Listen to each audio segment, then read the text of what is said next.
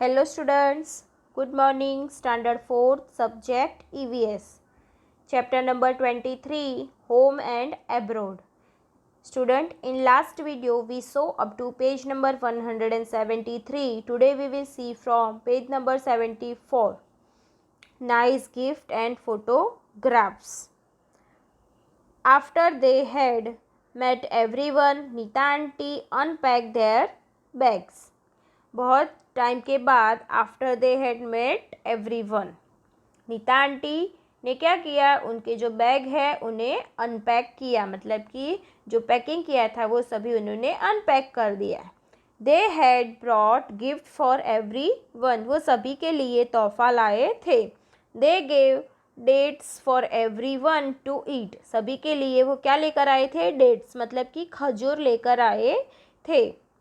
The dates were very sweet and tasty, dates कैसी थी, बहुत ही मीठी और टेस्टी थी, स्वादिष्ट थी. Pearl showed Jill some currency notes and coins, Pearl ने जिल को क्या दिखाया, थोड़े से करेंसी नोट्स और कॉइन दिखाए, जो पैसे होते हैं वो. Hence explain that the money they used in Abu Dhabi is called dirham, तो वो लोग जो अबू धाबी में जो पैसे यूज़ करते हैं, जो मनी, वो उसे क्या कहते हैं, अबू धाबी में उसे क्या कहा जाता है, तो दिरहम कहा जाता है. It had some writing in their local Arabic language, और उसके ऊपर लोकल अरेबिक लैंग्वेज में लिखा हुआ था. They also showed many photographs of the place where they lived, और उन्होंने थोड़े से फोटोग्राफ्स, मतलब कि तस्वीरें भी दिखाई, जहाँ पर वो रहते हैं उसकी तस्वीरें भी दिखाई.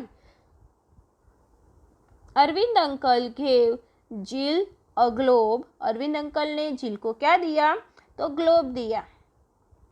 ही सेड, तो ग्लोब आप यहाँ पर पिक्चर में स्टूडेंट्स देख सकते हो, देखो यहाँ पर आप लोगों को एक ग्लोब का पिक्चर दिखाई दे रहा है. तो अरविंद अंकल ने क्या दिया था, जिल को ग्लोब दिया था. He said, Jill, why don't you find Abu Dhabi on this globe? Arvind uncle ने कहा कि तुम अबू धाबी को इस ग्लोब के अंदर क्यों नहीं देखती हो, क्यों उसके अंदर से ढूंढती नहीं हो. एंड वेयर इज गुजरात, और गुजरात को भी ढूंढो, कहाँ पर है. The children enjoy playing with the globe and looking for different places on the globe, और चिल्ड्रन जो ग्लोब था उसे एंजॉय कर रहे थे, उसके साथ खेल रहे थे और अलग अलग जगह ग्लोब के अंदर ढूंढ रहे थे, देख रहे थे. जिल found Delhi and Junagadh also, जिल ने क्या फाउंड किया था, तो दिल्ली एंड जूनागढ़ उसने ढूंढा था. In the evening everyone sat in the veranda enjoying the breeze and looking at the photographs, और शाम के टाइम पर सभी लोग वेरेंडा में बैठे थे और जो ठंडी ठंडी हवा आ रही थी उसका लुफ्त उठा रहे थे और फोटोग्राफ्स देख रहे थे. They saw that in Abu Dhabi the buildings were tall with many storage and big glass windows, Abu Dhabi की जो बिल्डिंग्स है वो कैसी थी, तो बहुत ही ऊंची ऊंची इमारतें थी और उसके ऊपर बड़े बड़े कांच के विंडोज थे, मतलब कि बारी जो होती है वो थी, खिड़कियाँ जो होती है ग्लास की खिड़कियाँ उससे बनाई गई थी. खिड़कियाँ किससे बनाई गई थी, तो बिग ग्लास विंडो. जिल said you must be getting nice cool bridge through this big Windows, तो ये जो बड़ी बड़ी विंडोज़ है उसके अंदर से तुम्हें ठंडी ठंडी हवा आती रहती है. Arvind uncle said we can not open the windows because of heat, हम बहुत ही गर्मी की वजह से जो ये विंडोज़ है उसे खोलते ही नहीं है. We can not open the windows because of heat. It is air condition inside all houses, सभी घर के अंदर क्या होता है, एयर कंडीशनर होता है, मतलब कि एसी होती है. As the weather is very hot, people wear loose cotton clothes and keep themselves fully covered, even the head is also covered. तो ज़्यादा गर्मी की वजह से क्या होता है, तो पीपल ज़्यादा, जब भी गर्मी का माहौल होता है जो क्लाइमेट होता है, हवामान होता है, वो ज़्यादा गर्म हो जाता है तो लोग कैसे कपड़े पहनते हैं, कॉटन के क्लोथ्स पहनते हैं और वो अपने आप को फुल्ली कवर्ड रखते हैं, मतलब कि पूरा ढक के रखते हैं। ज़्यादा गर्मी होने के बावजूद भी वो लोग क्या करते हैं, अपने आप को पूरा ढक कर रखते हैं और कॉटन के खुले खुले कपड़े पहनते हैं। और even the head is also covered, और उनका जो माथा होता है वो भी वो लोग क्या करते हैं, तो पूरा कवर्ड रखते हैं, मतलब कि ढक कर रखते हैं। This protects them from the strong heat of sun, और ये उन्हें गर्मी से बचाता है। जो सूरज की गर्मी होती है उससे उन्हें प्रोटेक्शन मिलता है। जिल enjoyed looking at the pictures and finding out the other countries from her cousins, और जिल बहुत ही एंजॉय कर रहा था, तो वो पिक्चर में देखकर अलग अलग कंट्रीज़, अदर कंट्रीज़ के बारे में जानकर, उसके कज़िन के पास से वो अलग अलग कंट्री के बारे में जानकारी लेकर उसे बहुत ही मज़ा आ रही थी। She constantly kept comparing her city with the things that they had described about Abu Dhabi, और वो कॉन्स्टेंटली क्या कर रही थी, अपनी सिटी को अबू धाबी के साथ कंपेयर कर रही थी। She decided that she would make a project report Abu Dhabi for her class. उसने क्या नक्की किया था, क्या डिसाइड किया था कि वो अपने क्लास के लिए अबू धाबी का एक प्रोजेक्ट रिपोर्ट बनाएगी। Discuss and right. So first question is, you can also make a small report comparing Abu Dhabi with the place where you live. तो आप लोगों को एक स्मॉल रिपोर्ट बनानी है जहाँ पर आप रहते हो और अबू धाबी, दोनों की कंपैरिजन करके आप लोगों को एक क्या करना है, स्मॉल रिपोर्ट तैयार करना है। You can use some of this points mention below while writing the report, और अभी जब भी आप लोग रिपोर्ट तैयार करोगे तो आप लोगों को क्या करना है, नीचे दिए गए पॉइंट्स को मेंशन करना है। You can also draw pictures और पेस्ट फोटोग्राफ्स, आप पिक्चर या फिर फोटोग्राफ्स को भी पेस्ट कर सकते हो या फिर पिक्चर्स भी ड्रॉ कर सकते हो। तो कौन से पॉइंट के ऊपर आप लोगों को रिपोर्ट तैयार करना है। So first point is the climate and weather. तो आप लोग गुजरात में रहते हो और अबू धाबी, तो दोनों की कंपैरिजन करनी है, तो आप लोगों को दोनों की कंपैरिजन में क्लाइमेट अबू धाबी का कैसा होता है, हॉट एंड ड्राई होता है, और गुजरात का कैसा है, हॉट एंड ह्यूमिड। तो इस तरीके से पॉइंट्स तैयार करके आप प्रोजेक्ट बना सकते हो। क्लोथिंग ऑफ पीपल, तो वहाँ के जो पीपल है वो कैसे क्लोथ्स पहनते हैं वो, और फिर गुजरात के people, the trees and plants, the traffic on the road, kinds of vehicles, the common food items, the language। तो इस तरीके से यहाँ पर दिए गए पॉइंट्स के ऊपर आप लोगों को क्या करना है, एक प्रोजेक्ट रिपोर्ट तैयार करना है। डिफरेंट काइंड ऑफ बिल्डिंग्स, तो वहाँ की कैसी बिल्डिंग्स है और गुजरात के अंदर किस तरीके के घर होते हैं वो आप लोगों को यहाँ पर लिखना है। Then next, Why do you think less trees grows in desert? आप ऐसा कैसे सोच सकते हो, क्यों डेजर्ट के अंदर थोड़े ही ट्रीज होते हैं? Because answer is land is ready in desert and there is tremendous water storage, rainfall is also very scarce, so less trees grows in desert. तो यहाँ पर आंसर क्या है, land is ready in desert and there is a tremendous water shortage, वहाँ पर पानी की बहुत ही तंगी होती है। रेनफॉल इज़ वेरी स्कैट, और वहाँ पर बारिश भी बहुत ही कम होती है, और इस वजह से वहाँ पर कम ट्रीज़ देखने मिलते हैं या फिर कम ट्रीज़ ग्रो होते हैं। Next question, do you have any relatives who lived in another country, if yes तो वे। अगर आपके कोई रिलेटिव्स दूसरी कंट्री में रहते हैं तो वो कहाँ पर रहते हैं? So answer is yes, my uncle and aunt lived in US with their family and another uncle और mama lived in Australia. So student, यहाँ पर आप आपके अकॉर्डिंग आंसर लिख सकते हो, according to your relatives where they live. Okay students, तो आपके रिलेटिव्स जहाँ पर भी रहते हैं तो वो कंट्री का नाम आप यहाँ पर लिख सकते हो और वो रिलेशन आप यहाँ पर मेंशन कर सकते हो। Next is how long did they live there, did they go there for study और for work, was there any other reason. तो वो लोग कहाँ वहाँ पर कितने साल से रहते हैं और वो कौन से रीज़न से वहाँ पर गए हैं, फॉर स्टडी और फॉर वर्क, उसका रीज़न आपको यहाँ पर लिखना है। So answer is my uncle aunt have been living there for the past 10 years, 10 साल से वहाँ पर रहते हैं मेरे अंकल और aunt.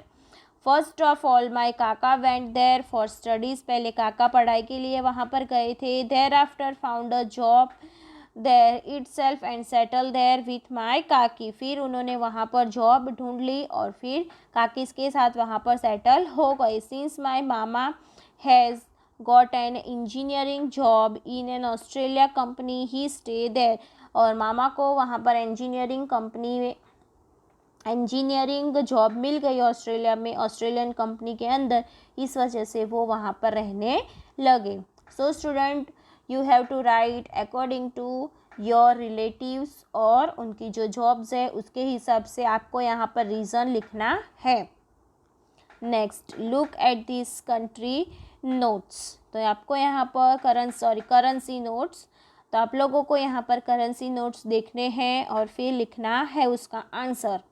Right the value of each note in the box near it's picture, तो आप लोगों को यहाँ पर जो भी यहाँ पर करेंसी वैल्यू है वो आप लोगों को पुट ऑन करनी है बॉक्स के अंदर। सो आप यहाँ पर देख सकते हो कितने रुपीस का नोट है ये, बताओ चलो ये कितने रुपीस का नोट है, आप सभी बच्चे पहचान सकते हो, इसे आइडेंटिफाई इजीली कर सकते हो। तो आप इजीली यहाँ पर देखकर नंबर देखकर लिख सकते हो। तो क्या लिखोगे आप लोग, 5 रुपीस। Very good students.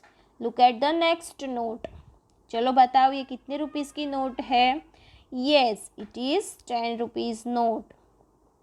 कितने रुपए की है, 10 rupees. Next is 100 rupees. Very good students. Next is, चलो बताओ कितने रुपीज़ की है, 500 rupees. Very very good students. Next, to which country does his currency belong, how did you know. तो आप यहाँ पर अपने जो करेंसी नोट्स देखिए अभी, तो आप बताओ कि कौन सी कंट्री की ये नोट्स है और आप लोगों को कैसे पता चला कि ये वही कंट्री का नोट है। So answer is this currency belongs to India. कहाँ की करेंसी है, इंडिया की। I know because Reserve bank of India is written on each currency note. तो हमें कैसे पता चला कि ये इंडिया का नोट है, क्योंकि सारे नोट के ऊपर क्या लिखा हुआ था, रिजर्व बैंक ऑफ इंडिया। क्या लिखा हुआ था, reserve bank of India. That's why हमें वो देखकर पता चल गया कि ये करेंसी कहाँ की है, इंडिया की है। Next, whose picture can you see on the notes. तो आप नोट के ऊपर किसका पिक्चर देख सकते हो। So answer is we can see a picture of Mahatma Gandhi, the father of our nation. तो हमारे जो राष्ट्रपिता है महात्मा गांधी, उनका पिक्चर हम नोट के ऊपर देख सकते हैं। Next question, take a 10 rupee note and observe it carefully, how many languages can you see on the note. तो आप लोगों को 10 रुपये का नोट लेना है और उसे केयरफुली देखना है, ऑब्जर्व करना है और फिर देखना है कि कितने प्रकार की लैंग्वेजेस उसके ऊपर लिखी गई है, कितने प्रकार की भाषा का उपयोग किया गया है। So answer is on observing the 10 rupee note carefully we could see 15 languages on various state on it। 15 भाषाएं हम उसके ऊपर देख सकते हैं, अलग अलग राज्यों की 15 भाषाएं हम नोट के ऊपर देख सकते हैं। Next, write the name of bank given on the note. Note के ऊपर किस बैंक का नाम लिखा हुआ है। Answer is the name of the bank given on the note is reserve bank of India. So कौन से बैंक का नाम लिखा हुआ है, reserve bank of India. Observe the coins, match them according to their heads and tails. तो आप लोगों को यहाँ पर जो कॉइन्स दिए हैं वो आप लोगों को हेड्स और टेल के हिसाब से मैच करना है, मतलब आगे और पीछे कैसा कॉइन होता है उसके हिसाब से आप लोगों को मैच करना है, छापा या काटा। तो यहाँ पर आप देख सकते हो 5 का कॉइन, तो आगे और पीछे आप देख सकते हो कैसे होता है और फिर उसे मैच करना है। 1 रुपीज़ का कॉइन आगे ऐसा रहता है और पीछे like this. Then next is 2 rupees coin, तो इट इज़ फ्रंट साइड में कैसा रहता है, उसके ऊपर 2 लिखा हुआ होता है। और फिर यहाँ पर 2 रुपीज़ का कॉइन आप देख सकते हो, तो उसका बैक साइड अलग दिया है, जो पुराना कॉइन था उसके हिसाब से दिया है, लेकिन आप इसे मैच कर सकते हो बिकॉज 2 रुपीज़ का कॉइन है। 50 पैसे का कॉइन, तो ये है पीछे की साइड और ये है आगे की साइड। तो कौन सा कॉइन बच जाता है जो किसी के साथ मैच नहीं हो रहा है, तो ₹10 किसी के साथ भी मैच नहीं हो रहा है, उसका आगे का हिस्सा दिया है और पीछे का नहीं दिया है। विच कॉइन रिमेन्स विदाउट मैच, तो आपने अभी देखा कि कौन सा कॉइन है जिसके साथ कोई भी मैचिंग नहीं मिला हमें, तो answer is the 10 rupee coin remains without a match. 10 रुपी का कॉइन है जिसके साथ कोई भी मैच हमें नहीं मिला है।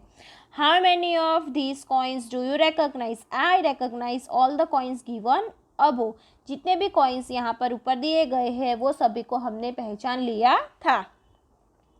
Look at into next page, page number 178.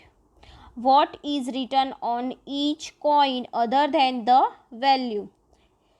So answer is other than the value, the name of country India and the year in which the coin was minted is written on each coin. Apart from this, our national emblem, the Ashok Chakra, is also seen on them and slogan Satyamev Jayante is written on them.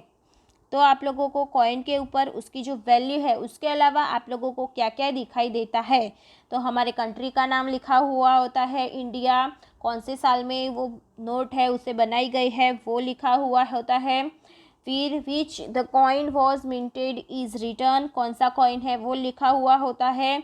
Apart from this उसके ऊपर national emblem होता है, जो हमारा national emblem का जो sign है, symbol है, वो उसके ऊपर है, अशोक चक्र का उसके ऊपर सिंबल है, is also seen on them, ये सभी उसके ऊपर हमें दिखाई देता है। और उसके अलावा भी हमें वहाँ पर एक स्लोगन दिखाई देता है, और वो स्लोगन कौन सा होता है, सत्यमेव जयते उसके ऊपर लिखा हुआ होता है। तो ये सारी चीज़ें हमें कॉइन के ऊपर देखने मिलती है।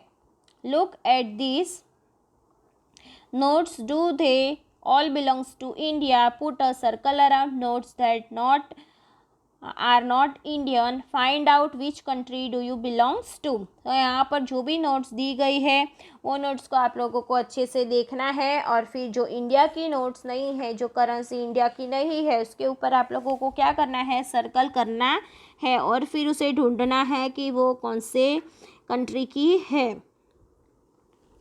तो देखो यहाँ पर सबसे पहला जो पिक्चर दिया है, ये जो फर्स्ट करेंसी यहाँ पर दी गई है, ये करेंसी हमारे इंडिया की नहीं है, क्योंकि इसके ऊपर रिजर्व बैंक ऑफ इंडिया नहीं लिखा है। That's why this is the currency is not in Indian currency. Then 100 rupees का नोट है, वो हमारे देश का ही है, हमारी कंट्री का ही है। उसके बाद जो नेक्स्ट नोट है वो हमारे कंट्री का नहीं है, और उसके बाद नीचे की लाइन में आप यहाँ पर देख सकते हो ये भी हमारी कंट्री का नहीं है। उसके बाजू वाला जो नोट है वो भी हमारी कंट्री का नहीं है। जो 5 रुपीज़ का नोट है वो हमारी कंट्री का है। 5 रुपीज़ के नीचे जो नोट दिया है वो हमारी कंट्री का नोट नहीं है। उसके नीचे फिर आप देख सकते हो यहाँ पर yes this is also not in our countries currency, और फिर ये भी नहीं है, ये यहाँ पर जो नोट है वो भी नहीं है। यस उसके बाजू में आप लोग यहाँ पर जो 1 रुपीज़ का देख रहे हो नोट, वो हमारे कंट्री का है, बहुत ही पुराना है। और फिर उसके नीचे आप 10 रुपीज़ देख सकते हो, सॉरी ये भी हमारी कंट्री का नहीं है, ये इसके ऊपर भी आप लोगों को सर्कल करना है क्योंकि ये भी हमारी कंट्री का नोट नहीं है। उसके बाद आप लोगों को यहाँ पर भी सर्कल करना है, और जो लास्ट नोट दी गई है उसके ऊपर भी सर्कल करना है। तो जो 1 रुपये का आप लोग नोट देख सकते हो सेकंड लास्ट में, वो हमारी कंट्री का नोट नहीं है, क्योंकि उसके ऊपर रिजर्व बैंक ऑफ इंडिया नहीं लिखा है। कहाँ की करेंसी है वो? तो चाइना की करेंसी है। ओके स्टूडेंट्स, तो यहाँ पर हमारा chapter number 23 home and abroad finish हो रहा है। स्टूडेंट्स, आप लोगों को फाइंड करना है कि यहाँ पर जो अदर कंट्रीज़ के नोट्स दिए गए हैं वो कौन सी कंट्री के हैं, वो फाइंड करना है आप लोगों को। और फिर आप लोगों को उसके नीचे वो कंट्री का नेम लिखना है। जैसे कि फर्स्ट नोट है वो कहाँ का है? इंग्लैंड का है। तो आप लोगों को फाइंड करके फिर उसके नीचे इंग्लैंड लिखना है।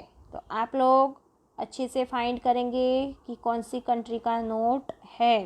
देखो ये वाला कॉइन कहाँ का है? इंग्लैंड का है। सॉरी, नोट कहाँ का है? इंग्लैंड का है। तो आप लोगों को इस तरीके से सारे कंट्रीज फाइंड करने हैं। So student, our chapter number 23 is finished here. Okay students, thank you, bye bye.